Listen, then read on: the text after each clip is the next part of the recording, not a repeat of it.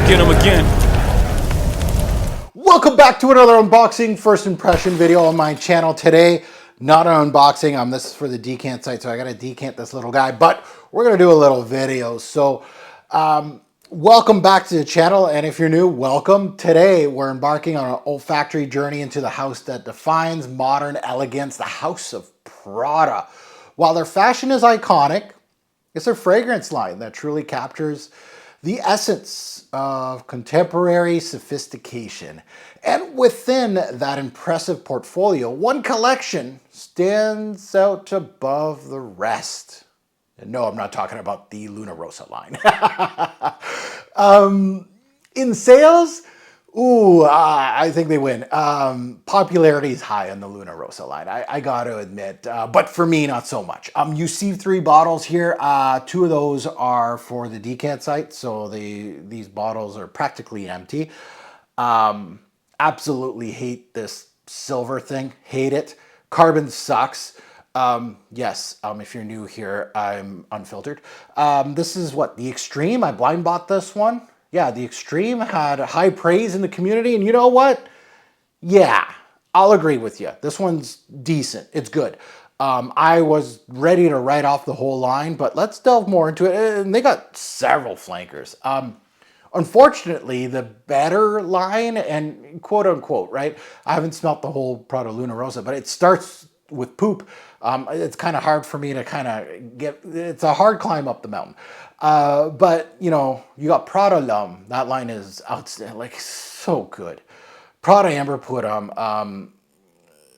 They should have done more flankers, honestly. What a great line. And even Prada Infusion D'Homme, which was just a singular fragrance. And they did like Infusion Vetiver as well, kind of trying to do an Infusion men's line, and they just kind of ditched that. Another excellent piece. Luna Rossa and I don't get along. But you know, today we're not just touching on the best sellers. We're diving deep into a specific, highly sought after chapter of this story, Luna Rossa Black. Now, Black, from what I hear in the grapevine, is coming back in 2025. This particular scent had a fascinating history, right? A tale of a fragrance that captivated the community. Definitely, I saw that, and I'm just like, Luna Rossa, come on, guys. Disappeared for a time, and now I hear has made a triumphant return in 2025. However, the bottle I have here, just an FYI, is not the 2025 release. It's a piece of that original legacy. So I got a vintage in my hands. Ooh, the pre-2025 formulation. Should I keep it? No. So whether you're a longtime fan of Luna Rossa collection, a newcomer curious about the hype, or someone on the hunt for the newly re-released version, you've come to the right place, at least to kind of get like a nice little honest take on a fragrance. We'll be exploring what makes the original Luna Rossa Black so special. We'll see. Is it a unique composition? Why it became a phenomenon in our fragrance community? I'll be giving you a full breakdown of the scent and my honest opinion on whether it lives up to this legendary status. Stay tuned to find out what this fragrance truly has to offer on the Robes08 channel. Now, if you're new here, welcome to the channel. I'm your host, Mark. If all of this sounds good to you or not, you know, you're like, oh, this guy's talking about my Luna Rossa Eau de Toilette, my baby. I'm already commenting, your nose is broken. No, wait up. Hit that subscribe button, smash that like button. It's free, and I do a lot of work. A lot of this, you know, not paid for. Unlike maybe your favorite fragrance reviewer that gets free bottles, that looks at the algorithm, goes on Fragrantica and sees, okay, is the new Prada popular or not? And I'm just going to say good things, or am I going to say bad things? Oh, is it a chance to say really good things? So I got a lot of people subscribing to me. I'm not that. I'll be honest, it's an opinion. It's not fact. So you don't have to get hurt. But, you know, I've turned, you know, I've said my piece about the one that I blind bought. I thought I did a good job. I was like, oh, that was okay. It's pretty good.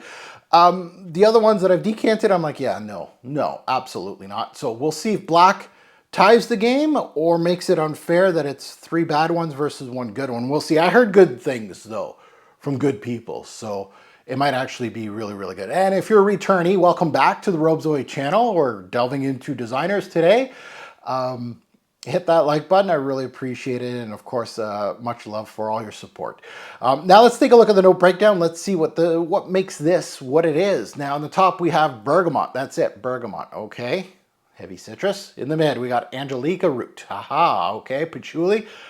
Some greens, okay, I can feel that, I can dig it. In the base, we have tonka, amber, and musk. Okay, sweet, musky, okay. Yeah, we'll see where this goes. Release date back in 2018. So, like, it's funny when I'm delving into these 2018-19 releases, either they're discontinued or they've already been revamped. Man, time flies, eh?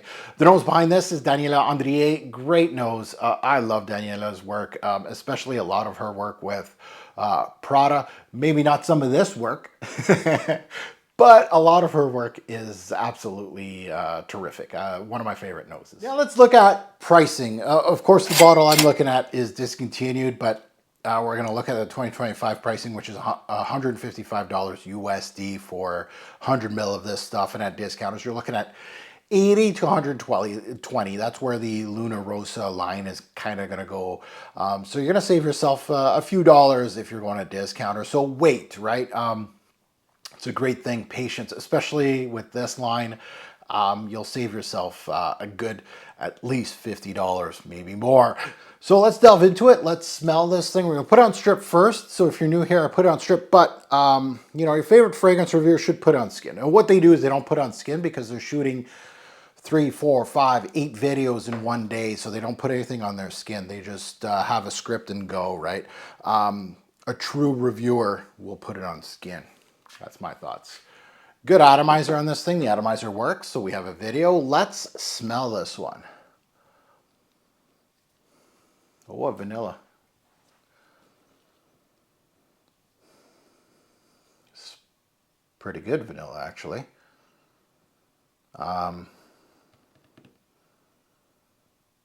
this is interesting vanilla.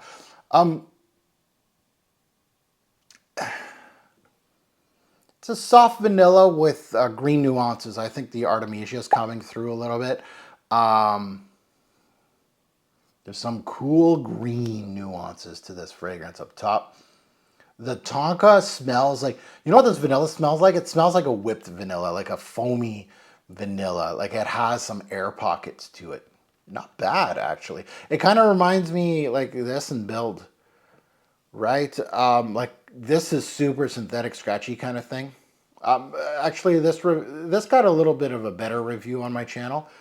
But when I first smelt that, it was very scratchy. This is actually, I totally missed the bergamot in here. So that top note, sorry, it's a small piece of this opening. It's very subtle. Unless it goes on my skin here and gives me,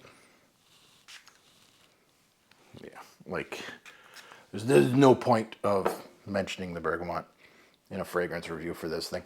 Oh, it's dry, talky vanilla. Oh, powdery a bit, eh? Ooh, much more vivid on my skin than on here. Yeah, dry talkiness, like a soapy quality almost. Powdery a bit. The Angelica root. It's not primary, but it really it gives the fragrance some color. The Angelica root isn't super vivid. You know, Angelica root can go really earthy, musky, herbal, woody touches as well. It gives this scent a little color, a little texture to the fragrance, which it's definitely lacking. So it's a key player in this opening. It gives it a mystery. It gives it, it's not so plain kind of thing, right? It is earthy, it is rooty, it is kind of vegetal at the same time. It kind of has a little bit of a brown hue like tonka wood, right? Kind of almond, tonka will give you almond tendencies. It's not as heavy as you know, like a Guerlain Tonka, where the almond in there is clearly nutty and very much almondy, marzipan-like. It's not overly nutty in here, but it has that brown hue. Amber could help in this manner as well, but this thing is not overly resinous either. It has a, ooh, comparables. It has a little bit of Lamal in it, but forget the mint. Get rid of the mint. It doesn't have lavender either, but Luna Rossa does have lavender. So maybe it has a little hint of lavender hidden that it's not in the note breakdown, perhaps. It reminds me a little bit of Versace the Dreamer as well, no tobacco, but it has that feeling, but also Bulgari Black without that heavy rubbery leather. It almost has like a Play-Doh-y iris-like vibe. Like it really went vivid on my skin. You know what? Maybe not Play-Doh. Waxy. Waxy quality is probably a better word for it. The more I smell this, the more I think the Angelica root is the star of the show. Oof. I love it in here. This is...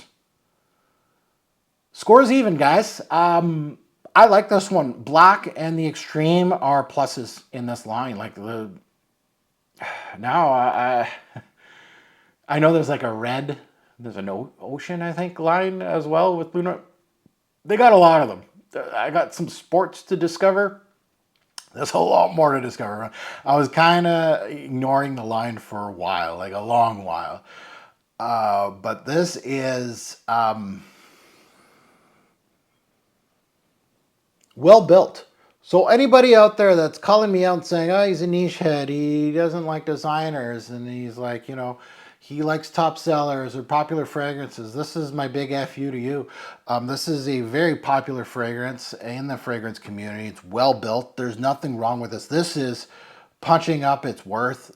This is the kind of stuff that I like. It's not overly gross or weird. Like people think that I just have this weird taste, that I like just weird fragrances. No, this is just well done. This should be the standard to a designer fragrance. This kind of stuff. Not scratchy, I know over synthetic scratchy things are just the companies are trying to save money to make more money off of you.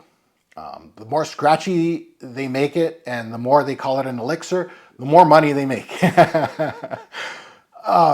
And that sucks for you guys. And this is where we need to kind of stand up and go, no, we're not going to wear your scratchy garbage, and we're going to wear fragrances that smell like this, that actually smell like somebody took the time. Now, yes, could be inspired by a little bit by Bulgari Black, Midnight in Paris, The Dreamer, Le Mal, in that kind of vein sort of thing. But the Angelica root kind of makes a difference. This fragrance is much closer to like Prada L'Homme, Prada Amber Purum than the Luna Rossa line in terms of quality. This kind of fits in with the squeaky cleans with a little bit of edge to it, a little bit, like a little something a little interesting, which is the Angelica root. Yeah, this is good. I approve. Great scent. Great scent. Now I'm interested in seeing if they butchered it in 2025. But other than that, yeah, there you go. Positive fragrance review on Prada Luna Rossa, which I thought was the dark horse of the Prada line. Yeah, Prada Black is really good. Like, I'd put it right here. Both of these guys, boom, approved by me. One's discontinued. One got discontinued and then brought back. So I don't know. My taste doesn't sell well, apparently. But a really good scent. Highly approved by me. This is good. I'm late to the party, of course, because the brand started off sputtering. But this line is good. This is bringing me hope to the Luna Rossa. I know that Daniel Andrier can make great fragrances with the House of Prada, Prada L'Homme, Amber Purum, among others. The proof's in the pudding is just, are they going to do it? And they did here. Now that you heard my take, I'd love to see yours in comments below. Good, bad, and the ugly. Probably a lot, if not all of my audience have smelt this fragrance. I'm really curious to know what you make of it. Good, bad, and the ugly. You don't have to co-sign me. You can say, no, Mark, this is actually the worst one from the line. I don't care. Go ahead. Bash it all to hell if you want, or you can give it as many flowers as you want. I think it's a very solid release from the House of Prada. One that, yes, I have to decant, but I wouldn't mind if I find it, like, I'm not gonna be stupid and go on eBay and try to buy like a vintage one. I'd like to test out the 2025 version and see how much they've changed. If they changed it all to hell, then yeah, I would gladly spend 120 to 150 for a bottle of this Canadian, not US, for a vintage batch. Even, you know, a half bottle, then you cut the price a little bit, you know, under $100, I'd buy one. It's that good. It's good. Yeah, so I can't wait to see the comments. All comments are approved here. They're all valuable. Every perspective is valuable, good and bad, or you're just lukewarm on the release. That's all good. I love seeing all those different takes. And now, you gotta let me know which other Luna Rossa is actually good. Throw them in the comments. If you got nothing to say about black, you tell me which one's next. I gotta get some samples, apparently. As always, a great pour fragrance will make a lasting impression. Choose your scent wisely. And a good tip, one that sometimes I don't listen to myself, but a good tip is if you don't like the originator of a line, right? The Prada line to me has a really good reputation with me before this. Prada Amber Put On, Prada Amber Intense, Infusion D'Homme, I love them all. And then this came and I was like, garbage. And then I ignored the whole line. The whole line for how many years? And then I just blind bought this one because it was discontinued and I heard really good things. I'm like, you know what? Fine. I found a good price on it. I bought it. And then now it goes to show you that if I ignored the line some more, I wouldn't have found out on this one or that one.